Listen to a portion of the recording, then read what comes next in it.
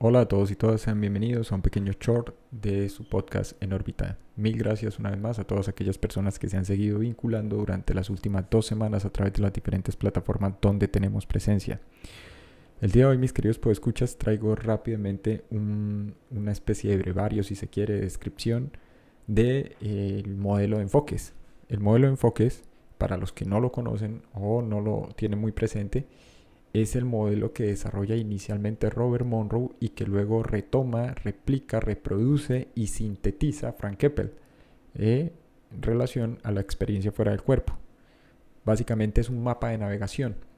Las etiquetas son solo una formalidad. Puede darse el nombre que cualquiera de ustedes así lo quiera, pero el punto es que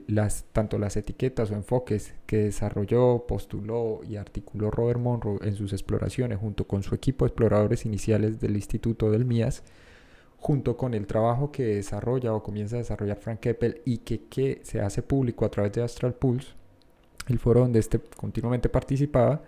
pues resultan bastante esclarecedores a fin de entender qué es lo que ocurre con la conciencia, dónde enfoca su atención, hacia dónde se dirige, en qué punto nos encontramos y cuál es el plan de acción. Muchas de las preguntas o de las respuestas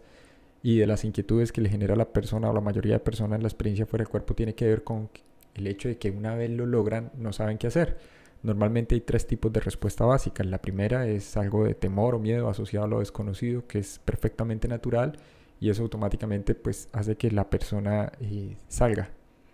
o su atención, digamos, lo retorne al entorno físico. La segunda opción o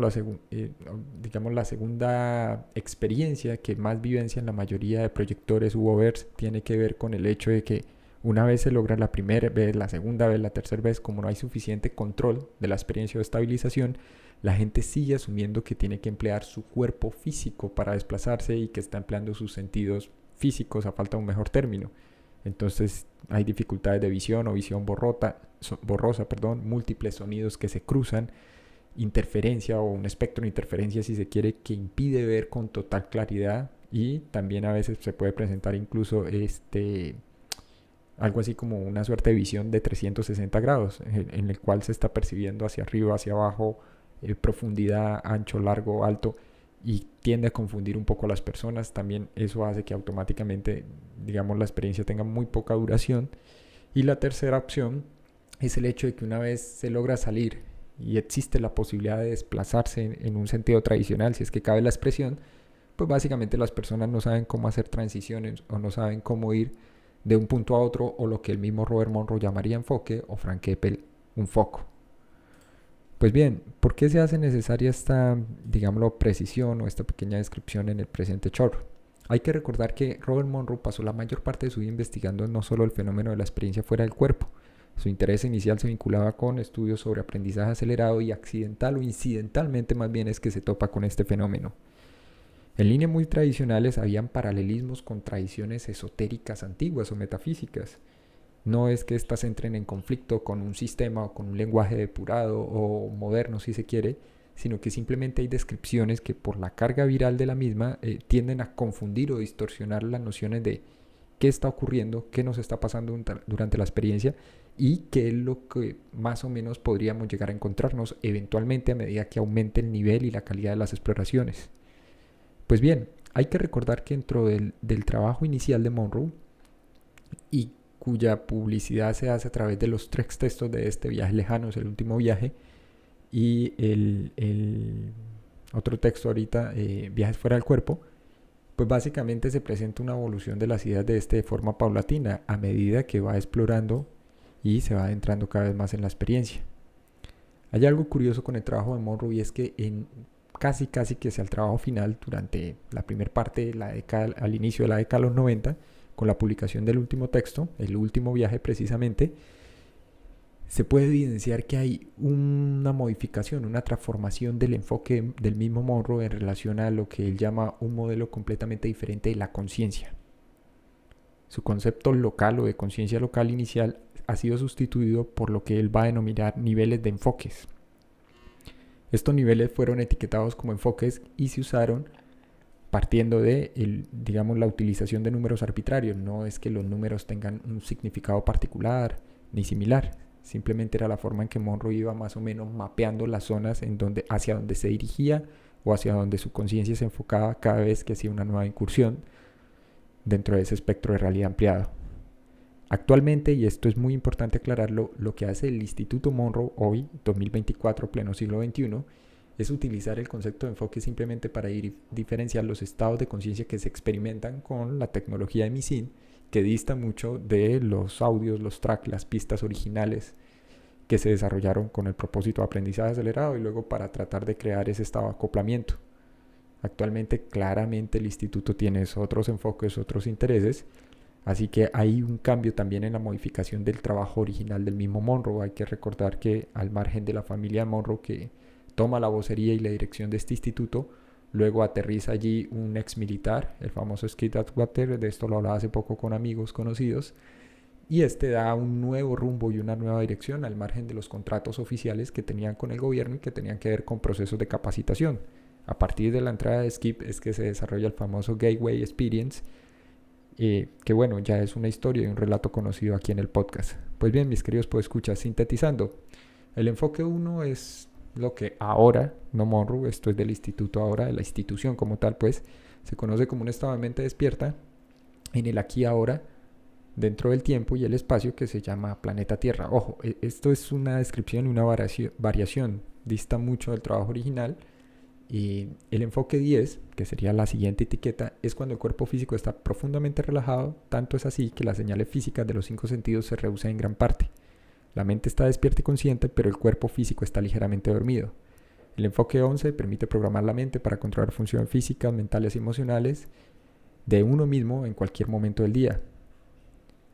El enfoque 12 es un estado de relajación profunda del cuerpo donde la mente empieza a percibir lo que normalmente llega de manera restringida por señales físicas del cerebro. El enfoque 15 permite la experiencia consciente de algo que ahora en el instituto le llaman no tiempo. Hay una separación, si se quiere, más bien progresiva entre la conciencia y las señales del cuerpo. Luego está el enfoque 18, enfoque 21. El 18 pues ellos le llaman a eso amor incondicional, estado de vibración, etcétera, pero es más, digámoslo, como la nueva envoltura con la que el instituto hace sus programas de merchandising. El enfoque 21 es la frontera de percepción humana del tiempo-espacio, equivalente a lo que ellos llaman sueño profundo. Enfoque 22, hay, digamos, estados de existencia no físicos o reconocimiento e identificación de estos. Luego está el enfoque 23, 24, 25, 26, 27, 34, 35 y 2 que no eran originales en el trabajo pionero o inicial de Monroe y que añadió el instituto de manera arbitraria, que son el enfoque 42 y el enfoque 49. En el primero, según ellos dicen, en el caso del 42, permite explorar la exploración del sistema solar. El enfoque 49, según ellos, es un estado de exploración más allá de los límites de la galaxia. Es básicamente el planteamiento del instituto. Ahora, ¿qué es lo que pasa entonces con el trabajo de Frank Keppel y por qué es tan importante entender este modelo de enfoques? Frank Keppel tiene la capacidad de sintetizar al máximo, partiendo del trabajo original de Monroe, las no zonas ni áreas, a falta de un mejor término, vamos a decir, los espacios o más bien los fragmentos dentro de los cuales es posible que la conciencia fije su atención. El enfoque C1 de Monroe, se dan cuenta que es muy diferente a los que enuncié antes del instituto, es el foco 1, o lo que se conoce como zona de tiempo real o entorno físico. El enfoque 3, 10, 12 y 15 están sintetizados en un solo foco para Keppel, es el foco 2, es el famoso mundo de los sueños, es el mundo de Alicia en el País de las Maravillas, es el mundo donde se quedan enganchadas la mayoría de onironautas, a falta de una mejor definición. Esta no es una afirmación baladí ni de poca monta, tiene un gran peso, una carga cultural o transcultural si se quiere, y es el motivo por el que los sueños lúcidos producen tanta fascinación. Independientemente de la acepción, la corriente y el enfoque o el modelo bajo el cual se adentra la persona en la práctica del sueño lúcido, hay un reconocimiento y es el hecho de que la mayoría beben de la fuente de un lado de las investigaciones desarrolladas en Stanford por parte de Halgrid y LaBerge, Stephen LaBerge, más conocido el segundo autor que el primero, en relación a la psicofisiología del sueño. La conclusión naturalmente de LaBerge es que el estado o la experiencia fuera del cuerpo es una alucinación del campo visual, que es lo que van a retomar los científicos de finales del siglo XX, principios del XXI, para decir no. es más factible obtener información por medios desconocidos, no sabemos cómo, que es la afirmación o la conclusión final de la Verge, y explorar o explotar la creatividad, la ensoñación, etcétera, etcétera, en un estado de sueño lúcido, que la experiencia fuera del cuerpo. Para ello se trata de una alucinación, o bien de propiocepción o bien del campo visual. De esto se ha hablado suficientemente. Entonces, directa o indirectamente, la mayoría de neuronautas dependen directamente de esa corriente occidental, y del otro lado están, digamos, hay una especie de sincretismo que se elaboró en Rusia, que empezó con el proyecto de antes de los Dream Hackers, del Instituto de Laboratorio de Investigaciones para el Sueño de Moscú, que estaba vinculado al FSB, del cual aquí se habló en capítulos anteriores. Pues bien, de hecho Michael Raduga, que retoma los postulados del Instituto del Sueño de Rusia y toma todo el compendio de Hagrid y de La Verge acerca de la psicofisiología del sueño, hace básicamente, ni siquiera yo diría un trabajo de síntesis, sino de recopilación de los datos de estos investigadores, de estas instituciones, y lo plasma en lo que luego se conocería hacia el año 2010 más o menos, se hace oficial, de la fase, que también antes de eso era parte de un proyecto literario. La invitación final de Raduga es, primero, la identificación y reconocimiento de que no existe algo así como la experiencia fuera del cuerpo, porque se trata de una ficción, de una ilusión o una alucinación generada por la actividad electroquímica del cerebro y electrodinámica de los neurotransmisores, neuroreceptores. Y dos, junto a eso, está el hecho de que para Raduga pues es mucho más guay que consumir drogas o estar bajo cualquier estado de alucinación o de delirio místico compartido derivada de alguna sustancia psicotrópica. Pues básicamente para eso está ese escenario o ese espacio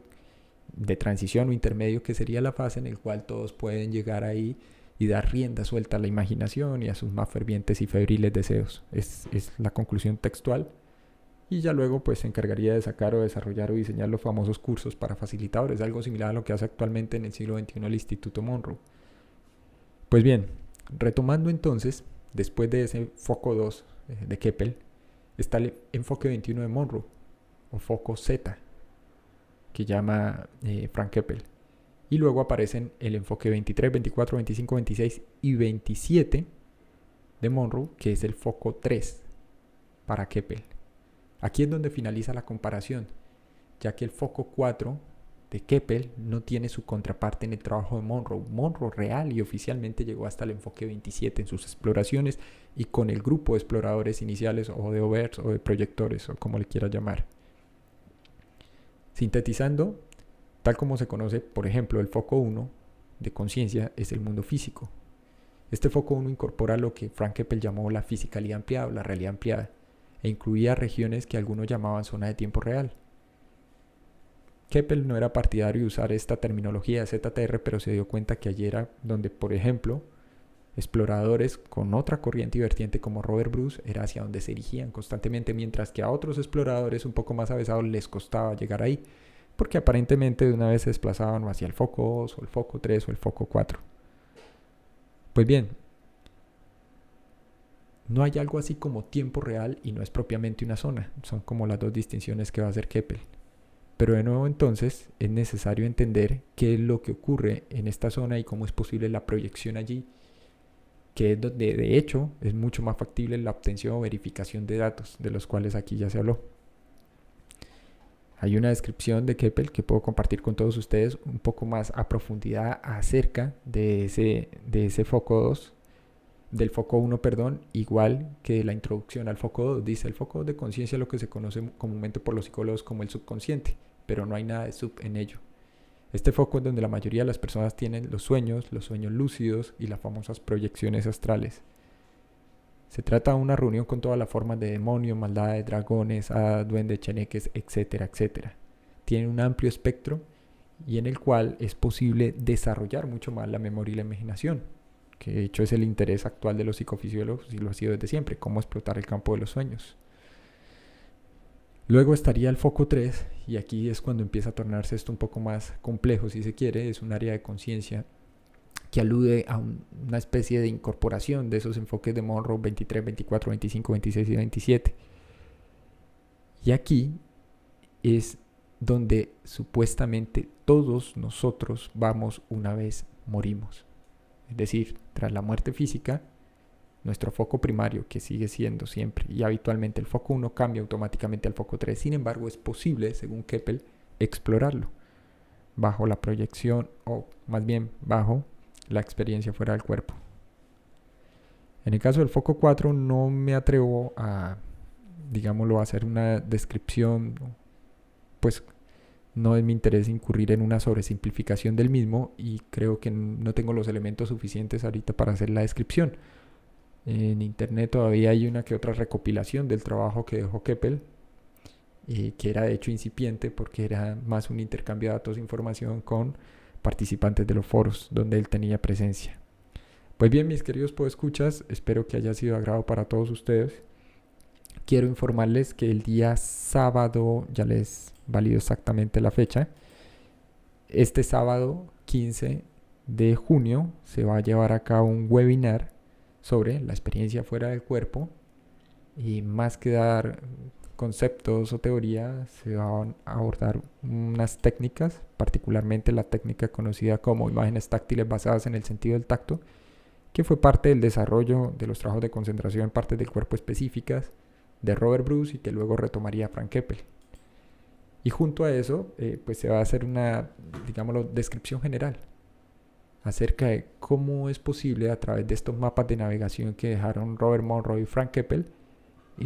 avanzar un poco más, si se quiere, en la exploración y desarrollar una comprensión desprendida o desapegada de cargas religiosas, metafísicas